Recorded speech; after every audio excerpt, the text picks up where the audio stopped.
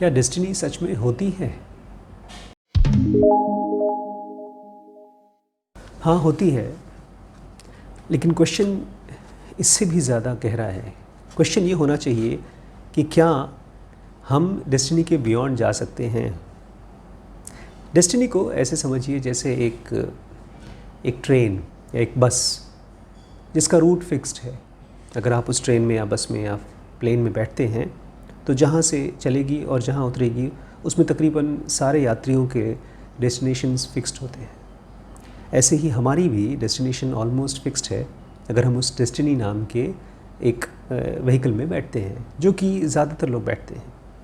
लेकिन क्वेश्चन ये है कि क्या हमारे अंदर में कोई ऐसा एस्पेक्ट है जिसको डेस्टिनी टच नहीं कर सकती, जिसकी वजह से हम डेस्टिनी के बियॉन्ड जा सकते हैं। डेस्टिनी का मतलब होता है हमारे पास्ट के थॉट्स, हमारे पास्ट के एक्शंस और हमारे पास्ट के इमोशंस से क्रिएट हुआ फ्यूचर।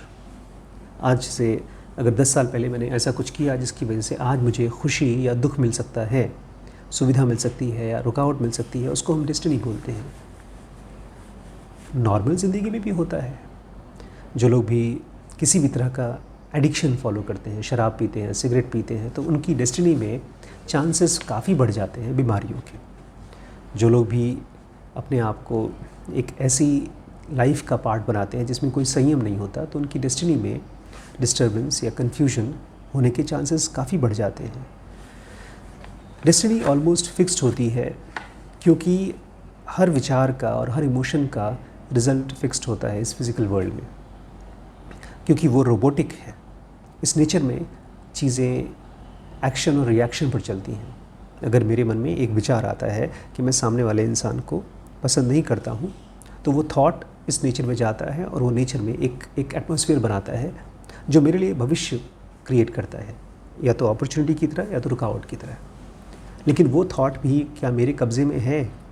अगर मैं किसी इंसान को देखता हूँ और उसको देख करके मुझे गुस्सा आता है, मेरे मन में गाली आती है, या मेरे मन में स्ट्रॉन्ग इमोशन आता है और वो इमोशन इतना ज़्यादा है कि मैं उसको नुकसान पहुँचाने के लिए चला जाऊँ, तो जब तक इस सारे के सारे अपने अंदर के थॉट्स, एक्शंस और इमोशंस का कंट्रोल या रेगुलेशन हमारे माइंड के पास नहीं है, हमारे अंदर नहीं है, तब तक हम ये नहीं कह सकते कि हम इसके बियॉन्ड जा सकते हैं। तो ये तो हो गया फिक्स्ड डेस्टिनेशन। लेकिन ऐसी कौन सी चीज़ है हमारे अंदर में जिसको डेस्टिनेशन टच नहीं कर सकती? ये तो हो गया फिक्स्ड डेस्टिनी। लेकिन हमारे अंदर में ऐसी कौन सी चीज़ है जिसको डेस्टिनी टच नहीं कर सकती, किस्मत टच नहीं कर सकती? उसको मैं बोलता हूँ अननोन का क्षेत्र। हम सब जो कुछ भी सोचते हैं और जो कुछ भी बिलीव करते हैं वो तकरीबन नोन होता है। वो थॉट्स होते हैं जो हमने सोसाइटी से लिए हैं, अपने आसपास के लोगों से लिए हैं, या कॉमन बिलीफ है उससे हमने पिकअप किया है, किताबों से या कहीं से। ये तकरीबन फैशन की तरह होता है।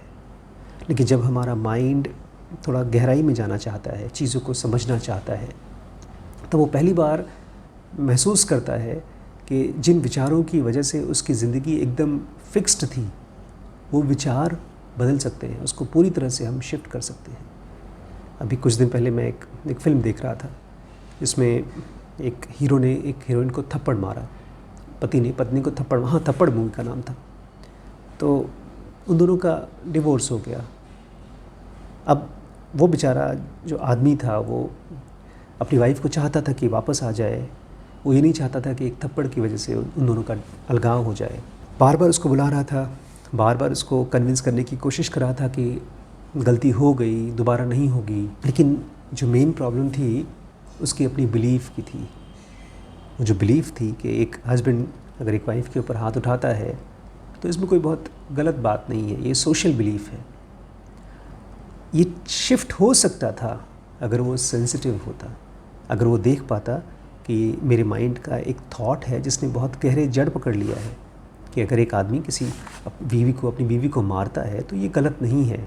जब तक ये गहराई से इस थॉट को जड़ से निकाल करके वो आदमी फेंक नहीं दे सकता, तब तक उसको वो थॉट ही नहीं आएगा, वो सेंटेंस नहीं बोल पाएगा जिससे उसकी वाइफ खुश हो जाए। उसकी वाइफ बार बार बोलती रही कि मैं तुमसे प्यार नहीं करती हूँ। ऑब्वियसली अगर कोई हाथ उठाता है, मारता है, तो प्यार कहाँ से आएगा? ये तो वायलेंस है। लेकिन मैं बार बार ये सोच रहा था कि ये आदमी ऐसा कौन सा सेंटेंस बोल दे जिसकी वजह से उसकी वाइफ को दोबारा महसूस हो कि ये प्यार करती है। उसको सेंटेंस नहीं समझ में आ रहा था, लेकिन सेंटेंसेस तो होते हैं हमेशा। जब दो लोग एक दूसरे से मिलते हैं तो कुछ ऐसे सेंटेंसेस होते हैं जिसको बोल करके प्यार जाहिर होता है, ट्रस्ट जाहिर होता है, बिलीफ जाहिर होता है। लेकिन वो आता कहाँ से है? वो आता है गहरी समझ से। जब हम सामने वाले को अपने थॉट्स के बियॉन्ड समझ पाते हैं, हमारी अपनी खुद की एक कंडीशनिंग होती है, बिलीफ होती है, जब उसके बियॉन्ड जा कर के हम सामने वाले की पोजीशन में रह करके उसको महसूस करते हैं, तभी इसी को एम्पैथी कहा गया है। लेकिन ये उस बेचारा आदमी नहीं कर पा रहा था। ऐसा हम ज़्यादातर लोग नहीं कर पाते हैं।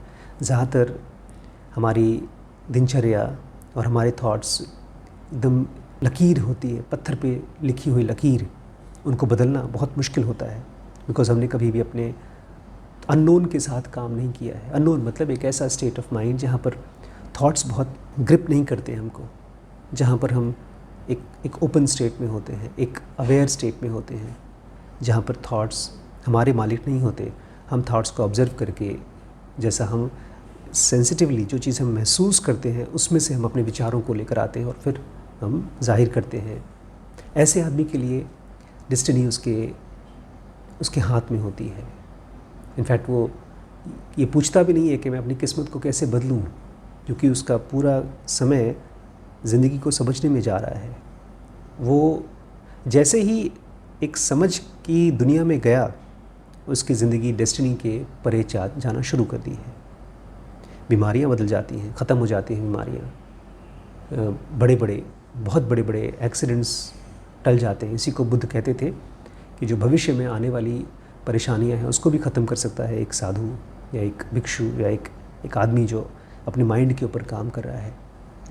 तो बेसिकली आपको काम करना है अपने माइंड के ऊपर, अपने थॉट्स के ऊपर, अपने इमोशंस के ऊपर। और क्या काम करना है? उनको समझना। जैसे कोई बायोलॉजिस्ट हर पौधे को समझता है, उसका नेचर समझता है, उसके पौधे को, जड़ को समझता है, उसकी पत्तियों को देखता है, ऐसे ही आपको अपने थॉट्स के रिज़ल्ट को देखना है। हम ये नहीं कह सकते कि अरे मैंने तुम्हें एक ज़रा सी बात तो कही थी, उससे तुम इतना नाराज़ क्यों हो गई। नहीं, एक ज़रा सी बात एक पौधे की तरह है। वो क्या क्रिएट कर सकती है, उसका असर क्या हो सकता है सामने वाले के माइंड के ज़मीन के ऊपर, हम और आप नहीं जानते। एक ही पौधा जहर भी हो सकता है, दवा भी हो सकता है। ऐसे ही एक ही सेंटेंस हमारे माइंड के लिए भी जहर हो सकता है और दवा हो सकता है।